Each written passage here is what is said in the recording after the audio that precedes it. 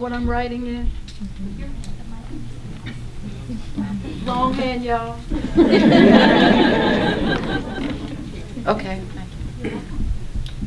How y'all doing? Let's see if I can work this. Okay. In 1931, by the river under the sun, Sam Cooke was born on the cusp between the sanctified and the profane. The first time he opened his mouth, honey came oozing out, and the universe rearranged itself to give him center stage. Before he was even old enough to wear long pants, he swore he would never cut a slave, had no intention of lifting that barge and no intention of toting that bell. He lived and breathed music as if it was a sixth sense.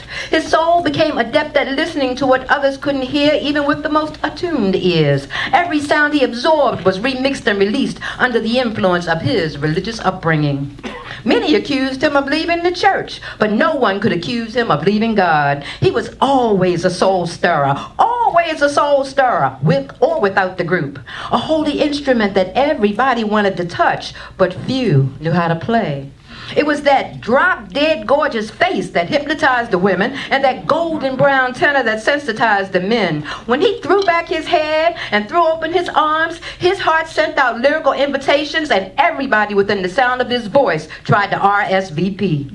As if he was kin to Garvey, he tried on the zoot suit of self-reliance and increased the space that the black man was told he could occupy. From our chronic need to control our own economics, he established his own record label. From his personal need to supervise his own creations, he developed a publishing company.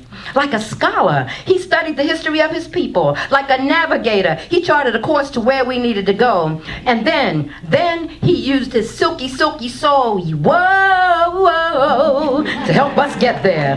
For him, crossover music was not about bleaching the soul out of soul music, but rather skinny dipping in the mainstream and luring listeners over to our side. And although the media projected him as the man of the hour, there was never enough satisfaction in his success for him to rest. Because that same artistic sensitivity that stoked him also choked him with images of black bodies being beaten and used as tree ornaments. Eventually, he refused to perform at venues where whites laid back luxuriously while his own people strained longingly to hear him on the other side of locked doors.